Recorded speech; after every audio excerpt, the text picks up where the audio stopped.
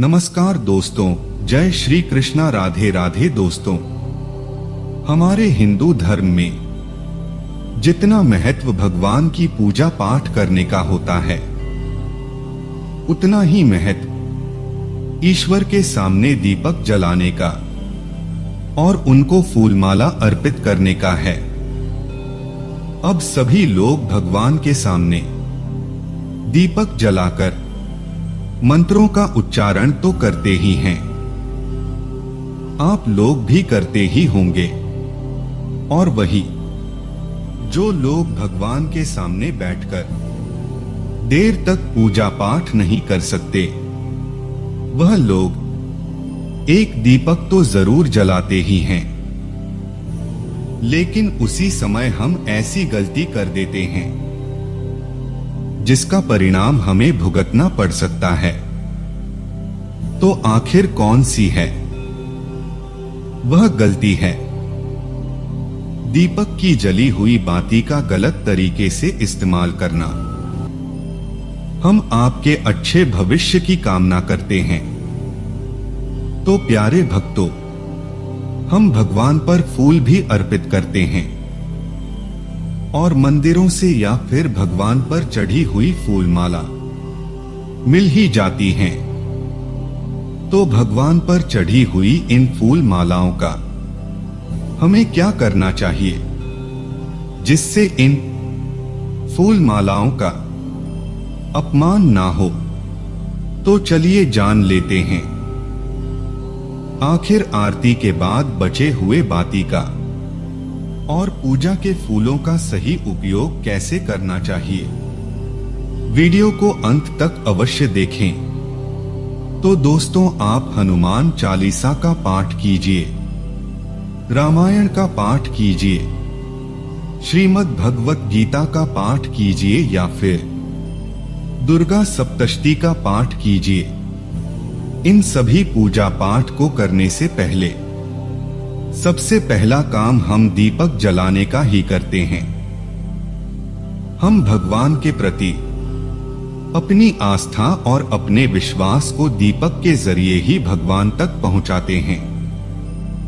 तो दीपक की लौ का जलना और बूझना, दीपक की लौ में फूल का बनना और दीपक में अधजली बाती का बचना क्या संकेत देता है, इस बारे में हम आपको पहले ही बता चुके हैं। अब जानते हैं कि दीपक की जली हुई बाती का हमें क्या करना चाहिए। तो अक्सर क्या होता है कि हम अपने घर में जो दीपक जलाते हैं, उनकी बची हुई बाती को एक साथ रखते हैं और हफ्ते 15 दिन या महीने भर बाद हम जब भी किसी पवित्र जगह पर जाते हैं या पवित्र नदी के आसपास जाते हैं, तो उन सब की पोटली बनाकर उनको नदी में प्रवाहित कर देते हैं। अगर आप इन्हें सम्मान के साथ प्रवाहित कर रहे हैं तो बात अलग है, लेकिन हम लोग जल्दबाजी में इन्हें फेंक देते हैं। और फेंकना और प्रवाहित करना दोनों अलग बात होती है। तो पहले यह समझते हैं कि जो दीपक की जली हुई बातें हैं, यह कोई साधारण चीज नहीं है। इसने अपने भगवान को जो भी पूजा पाठ अर्पित किया है, इन सभी मंत्रों की तरंगे इस बाती में निहित होती हैं और इस बातों को फेंक देना इसका अपमान होता है, जो कि सरासर गलत है। आप जली हुई बाती से वह चमत्कार कर सकते हैं जो आपकी सोई हुई किस्मत को जगा सकती हैं और आपके जीवन को पूरा बदल सकती हैं। बस आपको सही तरीका आना चाहिए। तो दोस्तों, आपने दीपक को जलाने के बाद भगवान के सामने जितने देर तक मंत्र जाप किया है, भगवान का नाम जप किया है, जितनी भी पूजा अर्चना की है, सभी की शक्तियां इस दीपक के माध्यम से ही भगवान तक पहुंचती हैं। तो यह दीपक तो यकीनन बहुत ही ज्यादा शक्तिशाली हो चुका है। तो दोस्तों, आप अपने दीपक की जली हुई बातियों को इकट्ठा कीजिए। हफ्ते या 15 दिन तक बाती एक साथ इकट्ठा कर सकते हैं। अब इन बातियों को और धूप बत्ती के नीचे बची हुई बत्तियों को आप इकट्ठा कर लीजिए। अभी से एक मिट्टी के सकोरे में रखिए और आप मिट्टी के सकोरे में इस बाती के ऊपर आप थोड़ा सा धूप चूरा, थोड़ी सी हवन सामग्री डालिए। इन सभी के ऊपर अब आपको थोड़ा सा कपूर और घी डालना है और माचिस से इन सभी को जला दीजिए। अब इसे जलाने के बाद जब ज्योत प्रज्वलित हो जाए तभी इसे हाथ से बुझा दीजिए। ध्यान रखिए कि आपको फूंक नहीं मारनी है। अब इसमें जो धुआं निकलने लगेगा, अब आप भगवान श्रीमन नारायण का जाप करिए और यह धुएं को अपने घर के कोने कोने में प्रवाहित होने दीजिए। लेकिन आप श्रीमन नारायण का मंत्र जाप करते रहे। आपको थोड़ी सी मेहनत जरूर करनी पड़ेगी, लेकिन यह मेहनत आपके लिए बहुत ही कमाल की सिद्ध होगी। अब कोशिश कीजिए कि जब तक यह धुआं निकल रहा है तब तक आप इसके सामने बैठकर भगवान श्री हरि का नाम जप करते रहें। आप चाहे तो पूरे घर में इस धुएं को दिखाने के बाद इसे तुलसी की क्यारी के पास रख सकते हैं। इससे होगा यह कि आपके घर की नकारात्मक ऊर्जा तो दूर हो ही जाएगी, लेकिन आपने जो भगवान श्री हरि का नाम जप किया है उससे यह राख सिद्ध हो जाएगी। आप इसे छानकर एक डिब्बी में भरकर रख लीजिए। हर रोज सुबह पूजा करने के बाद इस बाती की भभूति को आप अपने माथे पर थोड़ा सा लगाइए। ऐसा करने से भगवान श्रीहरि आपके आने वाली मुसीबतों से रक्षा करेंगे। साथ ही आपके घर में नकारात्मक ऊर्जा प्रवेश नहीं कर पाएगी। आप चाहें तो इसे रोज कीजिए, आपको फर्क जरूर दिखेगा। इस भभूत को माथे पर लगाने से आपको बहुत ही सकारात्मक महसूस होगा। इसके अलावा आप एक और काम कर सकते हैं कि आप इन सभी बातों को एक दीपक या फिर एक मिट्टी के बर्तन में इकट्ठा करें और उस पर थोड़ा सा कपूर डालकर उस पर अग्नि प्रज्वलित कर दीजिए। अब जब यह पूरी तरीके से जल जाए तो इसकी जो राख बचेगी उस राख में थोड़ा सा पानी डालकर और अपने घर के पौधों की क्यारियों में डाल दीजिए। दोस्तों, अगर आप इतनी मेहनत नहीं करना चाहते तो तुलसी के पौधे के क्यारी में इस मिट्टी को डाल सकते हैं। इससे न केवल आप इन बस्तियों का अपमान होने से बचा पाएंगे, बल्कि आपके घर की मिट्टी भी शुद्ध हो जाएगी।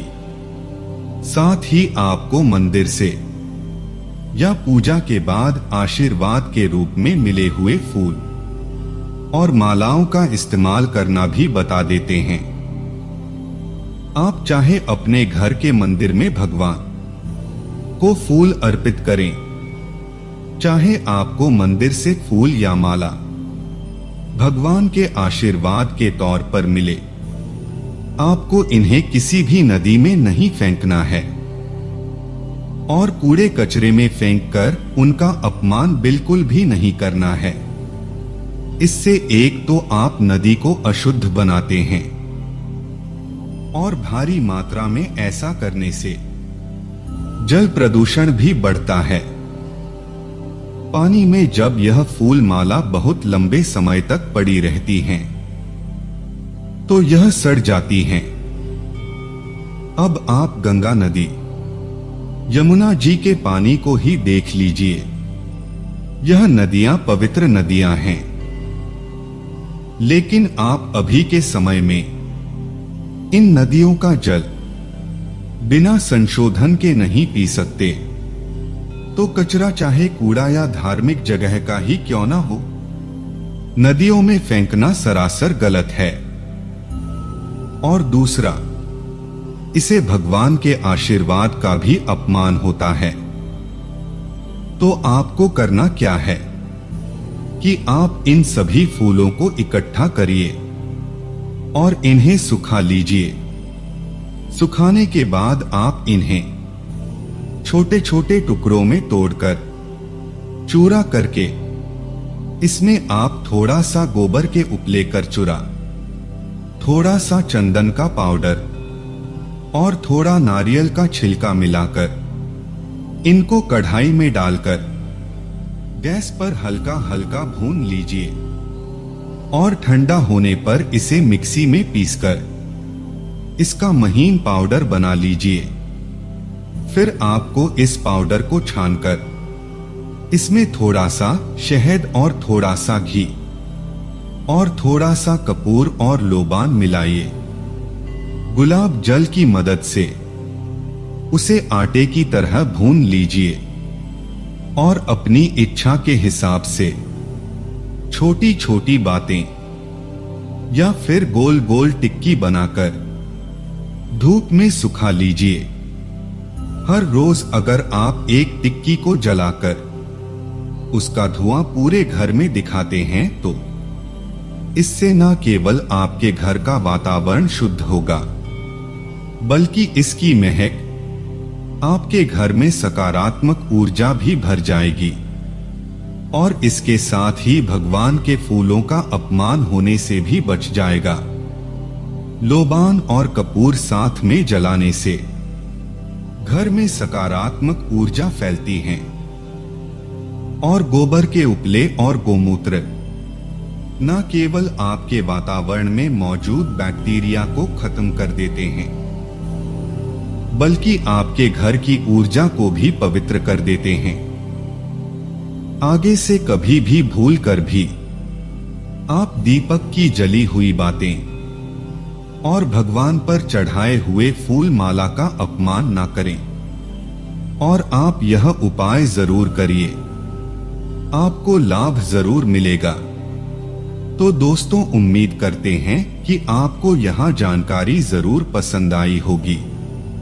अगर आपको यह वीडियो पसंद आई हो तो वीडियो को लाइक और चैनल को सब्सक्राइब जरूर कीजिएगा, ताकि भगवान श्री कृष्ण की कृपा सदा आप पर बनी रहे। और कमेंट में जय श्री कृष्णा, राधे राधे, जय श्रीमन नारायण अवश्य लिखें और इस वीडियो को ज्यादा से ज्यादा शेयर करके इसे बाकी लोगों तक भी पहुंच जाएं। धन्यवाद।